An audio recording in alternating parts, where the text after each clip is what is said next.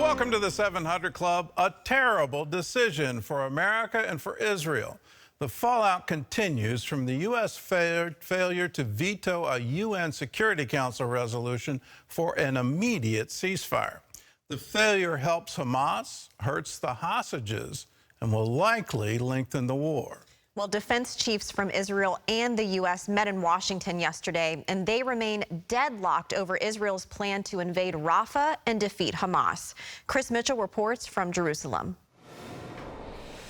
U.S. Defense Secretary Lloyd Austin pressed Israel's defense minister to make guarding the civilian population of Gaza a top priority. Protecting Palestinian civilians from harm is both a moral necessity and a strategic imperative.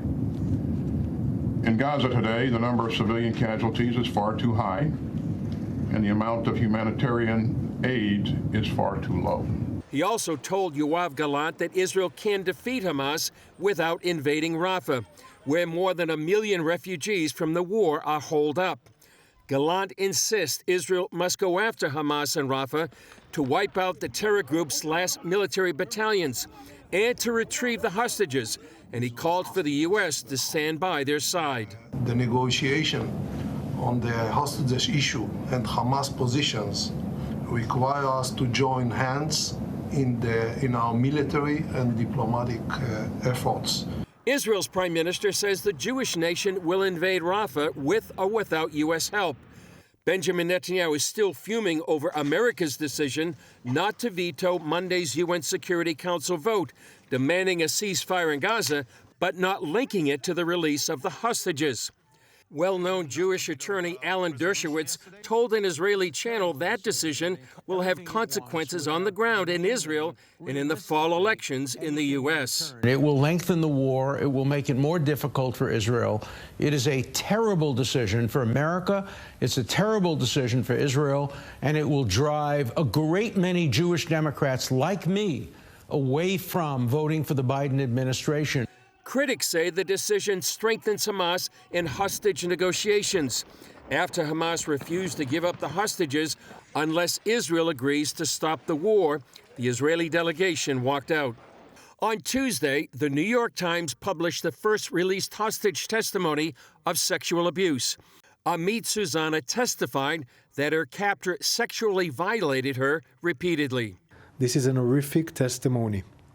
This is a wake-up call to the world to act, to do everything, and pressure Hamas to free our hostages. 130 hostages remain in Hamas captivity, many of them women. Chris Mitchell, CBN News, Jerusalem.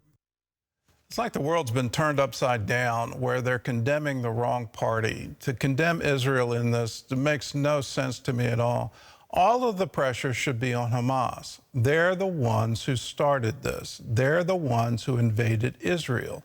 The IDF wasn't in Gaza. Israel didn't control Gaza. Hamas controlled Gaza. And all of the suffering there is because of what Hamas is doing and has been doing, diverting all the international aid into military action, whether it's building rockets or tunnels. All of the money, and it's been millions, tens, hundreds of millions of dollars going into that. The IDF is an unusual military where they announce in advance what they're going to do, and they tell civilians to move out of the way. There was a hospital that was a shelter for Hamas fighters.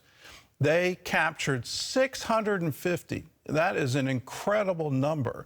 650 Hamas fighters trying to hide in a hospital, both underground and within the hospital complex. In that action, not a single doctor, not a single nurse, none of the medical personnel were harmed at all. That shows the care that the IDF is bringing to this. If you want to see peace in Gaza, if you want to protect the civilians of Gaza, the number one thing we need to do is to tell Hamas to surrender, to release the hostages, to lay down their arms and submit to the IDF. If they do that, there will be peace today.